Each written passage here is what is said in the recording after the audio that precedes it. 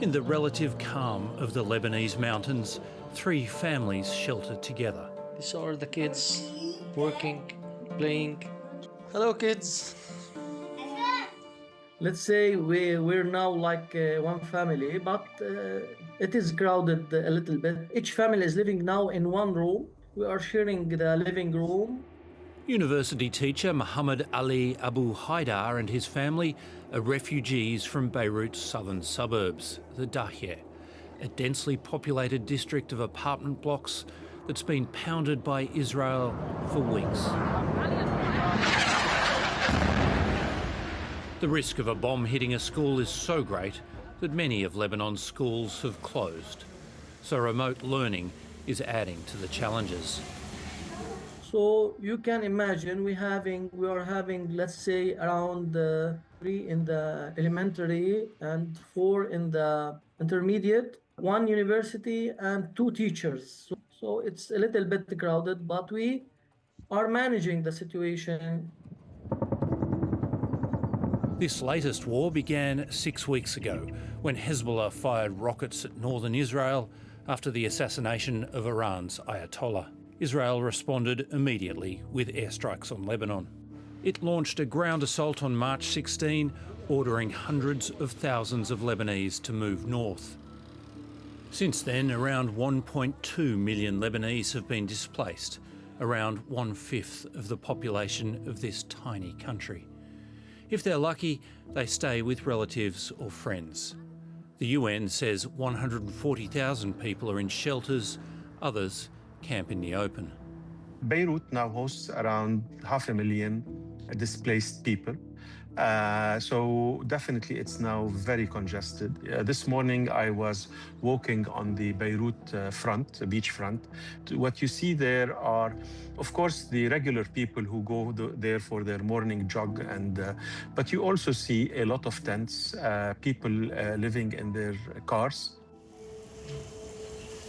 Beirut, of course, is no safe haven. Last week, after the US-Iran ceasefire was announced, the city was hit by scores of Israeli airstrikes. Firas Abiad is a former Lebanese health minister and an emergency doctor. He was on duty in the city's American University Hospital that day and treated some of the 70 casualties brought to that hospital alone within 2 hours of the daylight attacks. I remember the youngest we saw was I think 8 or 9 month old infant with trauma to the head. The oldest I saw was an 85-year-old woman who ended up with bilateral below knee amputation because of the injuries that she sustained.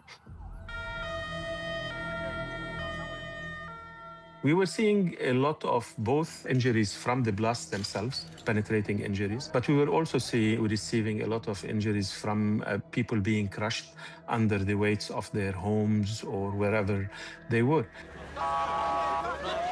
Israel said it struck Hezbollah targets.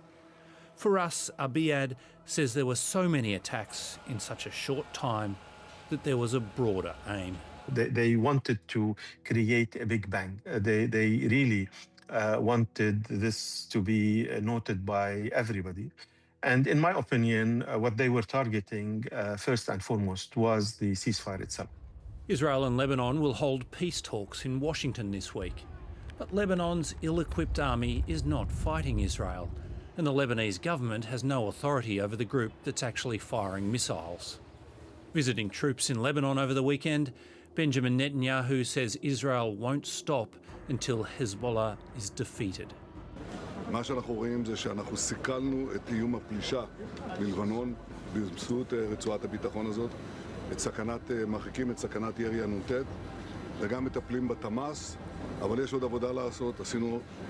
Before this war, the Lebanese government had been pushing Hezbollah to disarm.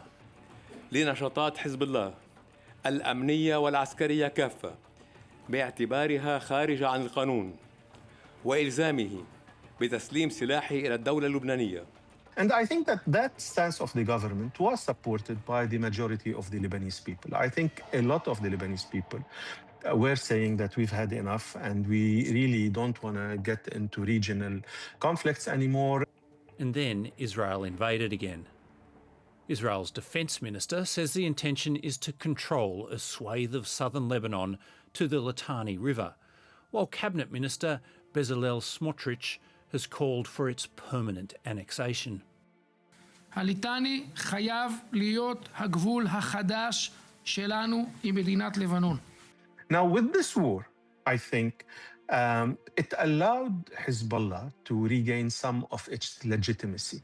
I think a lot of people are saying, well, maybe the stance of Hezbollah was correct. Maybe, the only way for us to be able to stop the Israeli aggression is to, try to see how we can inflict whatever pain on them, because maybe that will lead them to stop. One of the refugees from this war, Muhammad Ali Abu Haidar, says Hezbollah's resistance is winning support.